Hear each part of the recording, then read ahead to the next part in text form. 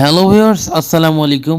Welcome to our channel Wasif editing. আজকে কিভাবে আমরা এই কার্টুন এডিটিংটি করব। কার্টুন, এই যে আমাদের প্রিয় একটা কার্টুন, ঠিক আছে, এটা আমি খুব দেখছিলাম ছোটোবেলায়, টম অ্যান্ড জেরি কার্টুন, ঠিক আছে।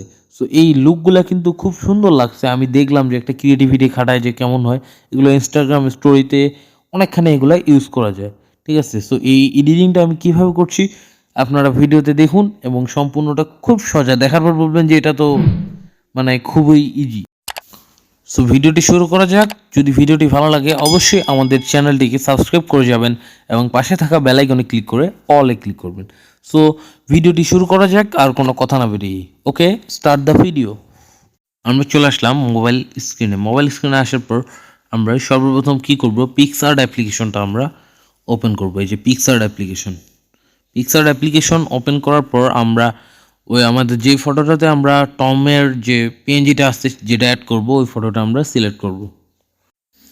সাপোজ আমরা এই ফটোটা দিয়েই এই এডিটিংটা করব, ঠিক আছে। জাস্ট একটা সিম্পল একটা ফটো আমরা নিয়ে নিলাম। তারপর আমরা যাব অ্যাড ফটোতে ক্লিক করার পর সরাসরি আমাদের নিয়ে যাবে গ্যালারিতে, ঠিক আছে। গ্যালারিতে নিয়ে আসার পর এখান থেকে আমরা একটা ফোল্ডার খুঁজে বের করব। এই যে আমি একটা ফোল্ডার নিয়ে আসলাম, এই যে আমরা পিকটা সিলেক্ট করলাম, ওকে, অ্যাড করে দিলাম।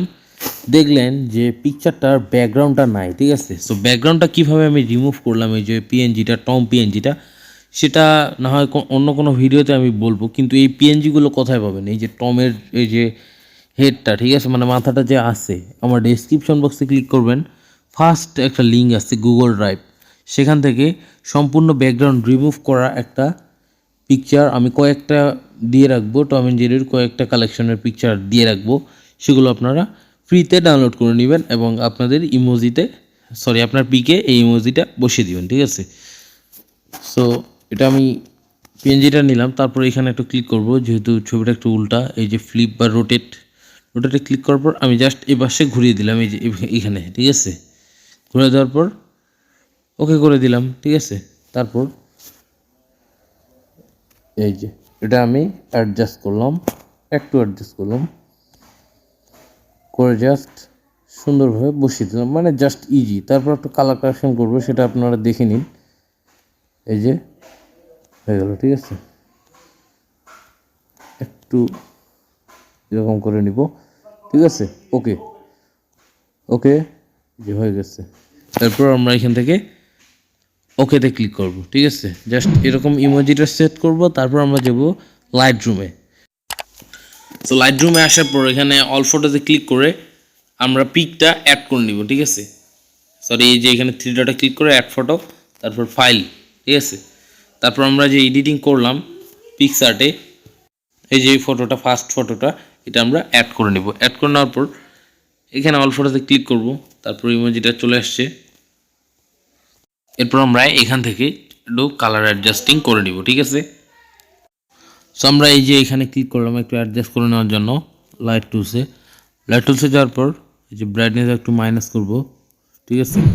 কন্ট্রাস্ট প্লাস করব, হাইলাইটটা প্লাস করব, শ্যাডোটা মাইনাস করব, হোয়াইটটা একটু প্লাস করব, ঠিক আছে।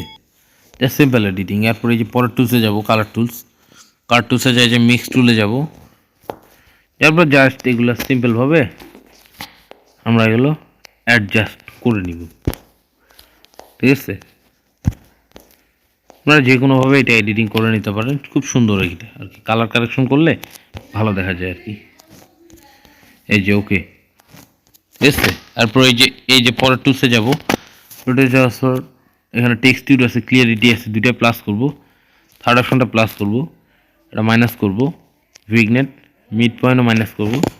জাস্ট এরকমভাবে সিম্পলভাবে একটা কালার কারেকশন করে নিব, ঠিক আছে, যাতে ছবির লুকটা একটু চেঞ্জ হয়, ছবিটা খুব সুন্দর দেখা যায়। সো ভিডিওটি ভালো লাগলে অবশ্যই আমাদের চ্যানেলটিকে সাবস্ক্রাইব করবেন। ধন্যবাদ সবাইকে।